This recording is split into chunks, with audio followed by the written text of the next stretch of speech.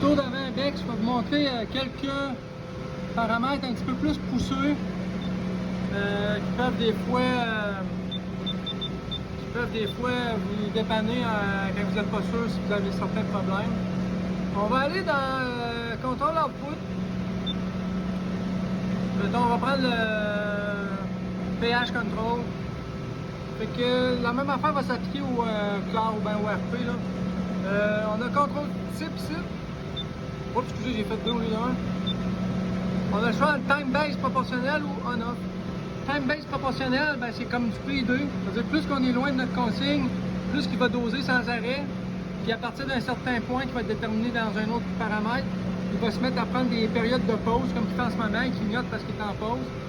Puis plus il va être proche de sa consigne, plus que les pauses vont être longues, puis plus que le dosage va être court. Si on met on-off, ben, c'est qu'il va partir. Si je dis je veux 7.5, ben aussitôt qu'il est à 7.6, il va doser non-stop. Tant qu'il n'atteindra pas 7.5, il n'arrêtera pas. Le danger avec ça, c'est qu'il risque de passer droite. Ils ont mis les deux options possibles parce que il y a des éclairateurs type érosion qui marchent avec un moteur. Puis quand tu approches et tu marches en PD, ça fait beaucoup de start and stop, là, de démarrage de moteur. C'est dur, c'est pompe un peu, mais à un moment donné, il faut choisir un peu les équipements en conséquence aussi. On est mieux d'y aller des fois avec des contrôleurs qui ont une pompe qui vire tout le temps, mais avec une solénoïde qui permet de passer le chimique ou pas, des affaires de genre, des Venturi.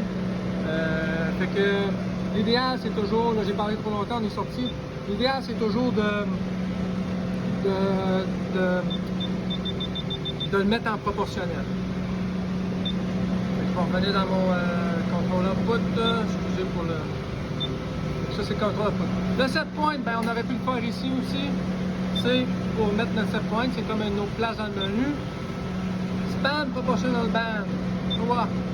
On est sous l'échelle du pH. Donc, comme je vous ai dit tantôt, son span c'est 0.5. Donc, ça veut dire que si j'ai 8, il va ben là c'est du pH, il va envoyer de l'acide non-stop. À partir de 7.9, il va se mettre à prendre des périodes de pause. Puis les pauses vont se rallonger jusqu'à ce qu'il atteigne son 7.5. Et si je change de ça à 0.2, mettons, ça veut dire qu'à 7.7, si j'ai un set point de 7.5, à 7.7, il doserait sans arrêt, puis il se mettrait à faire du temps on et off en étant proche de sa consigne. Fait qu'on touche pas souvent à ça, on va toucher à ça quand on a vraiment des problèmes, puis je vous conseille plus de nous appeler avant d'en venir à jouer avec ça, là, parce que c'est plutôt rare qu'on a à le faire, mais ça peut arriver. Surtout dans les petits bassins, des fois. Time base, c'est que je vous ai expliqué quand il fait des temps de pause et des temps de dosage, ben lui il fait ça en période d'une minute. Fait qu'il va faire, mettons, 30 secondes on, 30 secondes off.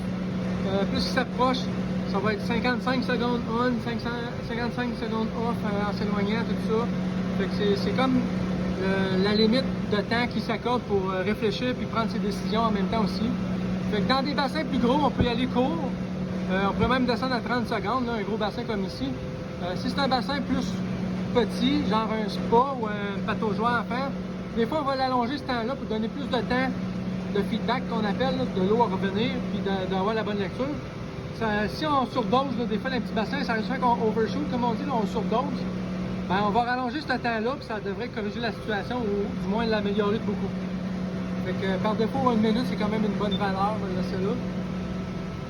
Minimum on time, c'est le temps qu'on veut qu'à chaque fois qu'il dose, que ça dure un minimum de temps. Fait que même s'il aurait besoin de donner juste 5 secondes, lui ici on l'a mis à 6, ben, il va donner 6, c'est le minimum. C'est pour protéger un petit peu la mécanique en même temps aussi, pour pas que ton moteur arrête puis parte juste pendant 1 seconde. Fait qu'en mettant 6 secondes, c'est plus, c'est moins dur ces équipements. Et ça peut donner le temps aussi d'une pompe des fois une pompe d'après-midi un peu avant la première gorgée va être vide, on va dire, fait que ça lui donne le temps d'en envoyer vraiment. Fail-safe on timer, fail-safe timer, 6.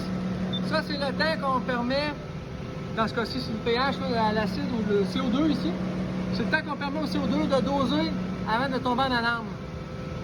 S'il ne réussit pas à atteindre sa consigne, qui est 7.4 ici, fait que si en dedans de 4 heures, il n'a pas réussi à atteindre sa consigne, ben, il va se mettre en alarme, faire un safe timer. Il va falloir resetter puis voir pourquoi. Absolument, c'est la bonbonne est vide ou bien on a une hausse d'une valve de fermée quelque part, ou la sonde est peut-être mal calibrée, il faut la recalibrer. Stérésiste, je n'aurai pas à jouer avec ça. C'est la marge d'erreur qui se donne là, avant de prendre sa décision de dire doser ou pas, de retomber en alarme ou pas. Puis Factory pour tout remettre aux valeurs par défaut. Fait que si je vais dans le clair, ça va être à peu près la même affaire, excepté que si on a un contrôle input source, on peut choisir si on veut contrôler avec l'ORP ou le clair libre. On sait qu'on peut déterminer une lecture d'ORP, mettre un set point d'ORP, puis doser le clair parce qu'à un pH égal, l'ORP va toujours donner la même lecture. C'est juste qu'on est rendu en millivolts au lieu dans ppm. Fait que, mettons que ma sonde de clair brise, ben, je vais prendre le centre de ppm, d'ORP, et je vais doser à partir de là. Puis quand j'ai ma sonde, je vais pouvoir la changer.